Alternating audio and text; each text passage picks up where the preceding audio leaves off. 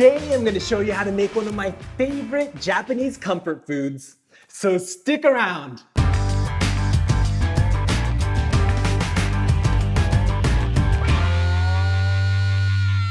Welcome back to No Recipes.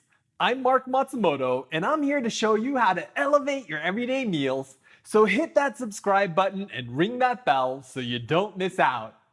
In the last episode, I showed you how to make a crisp, juicy chicken katsu. And today we're going to be turning the leftovers into katsudon. It's a mouth-watering rice bowl topped with katsu that's been simmered in dashi along with onions and egg. And for Japanese people, it's like a warm, fluffy blanket that you want to snuggle up to. All right, let's take a look at the ingredients. The first thing you're going to need is some chicken katsu. I usually make katsudon when I have a leftover cutlet from the night before, but if you're starting from scratch, go check out my chicken or tonkatsu videos for the full recipe and more details. Here's a quick recap. First, you're gonna season some butterflied chicken breast or chicken thighs with salt and pepper. These get dusted with an even coating of flour to help the panko stick. Then you want to dip the chicken in beaten egg to make the surface nice and sticky. Finally, the chicken gets covered in an even layer of panko. When you're frying cutlets for katsudon, I have a trick that'll keep the meat nice and juicy. You'll want to use hotter oil than you would if you were going to eat the katsu by itself. I usually fry them at 355 degrees Fahrenheit or 180 degrees Celsius. The hotter oil browns the panko before the meat is fully cooked. That's not normally a good thing, but since the cutlet gets cooked again in the broth, this keeps the meat from getting overcooked and tough. You know it's done when the chicken's golden brown and crisp. This'll take anywhere from 4 to 5 minutes. Now let's slice the katsu up into fairly big chunks.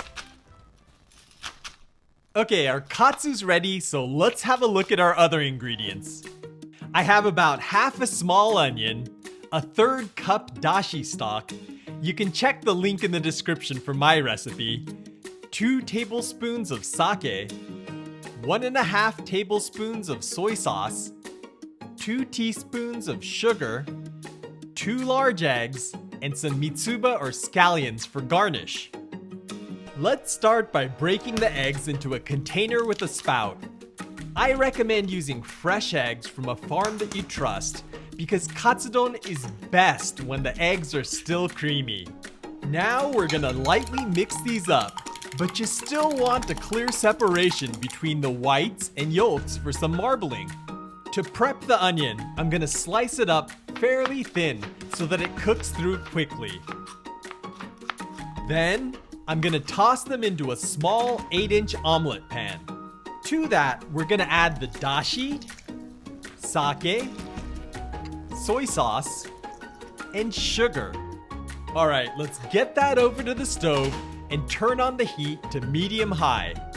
You wanna bring this to a simmer and cook the onions through, but adjust the heat down if you need to keep the broth from evaporating too quickly.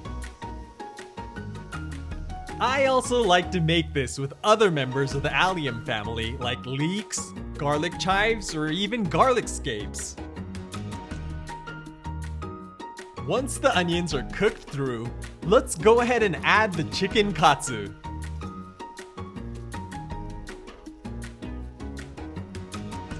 You want to give the katsu enough time to soak up some of that broth on one side.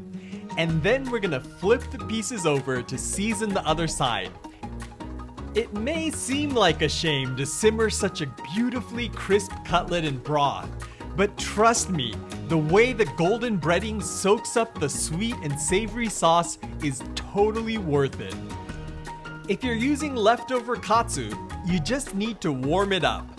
But if you're following along with my earlier instructions to only partially cook the chicken, you'll want to give this enough time to ensure the chicken gets cooked through completely. Now I'm gonna drizzle the eggs evenly over everything.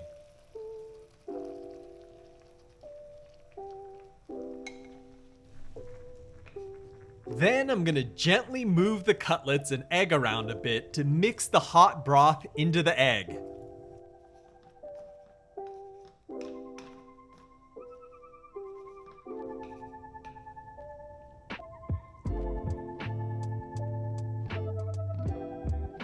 Finally, I'm gonna whack the pan against the stove a few times to redistribute the egg one last time before cutting the heat.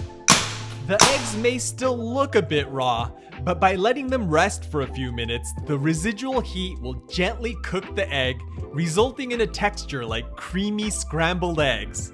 If you want your eggs more fully cooked, just cover the pan with a lid and let them steam until they're done to your liking. To assemble the katsudon, I have a big bowl which I'm gonna fill up about halfway with hot rice. Then I'm gonna slide the chicken katsu over the rice bowl to complete our donburi. A few Mitsuba leaves add a splash of color, and our chicken katsudon is done. There are a lot of quick and easy rice bowls in Japanese home cooking, but katsudon is hands down my favorite. I love the way the brown breading on the cutlet creates an ultra flavorful transition between the juicy chicken and the creamy egg. The best part though is the way the savory sweet broth and a bit of the oil from the chicken percolates through every grain of rice, imbuing it with flavor down to the last bite. This same technique can be used to turn all sorts of dinner leftovers into a satisfying lunch, so I hope you'll give it a try. If you enjoyed this video, you can let me know you want to see more like it by giving this a big thumbs up and by sharing this with all your friends who love a good rice bowl. As always, I want to thank my patrons who helped fund this video. If you're learning something new from my recipes, I hope you'll consider clicking the link up here to join the No Recipes crew and help support our future videos. Alright, the smell from that katsudon is making my mouth water, so I'm gonna have lunch, but I'll catch you in the next one.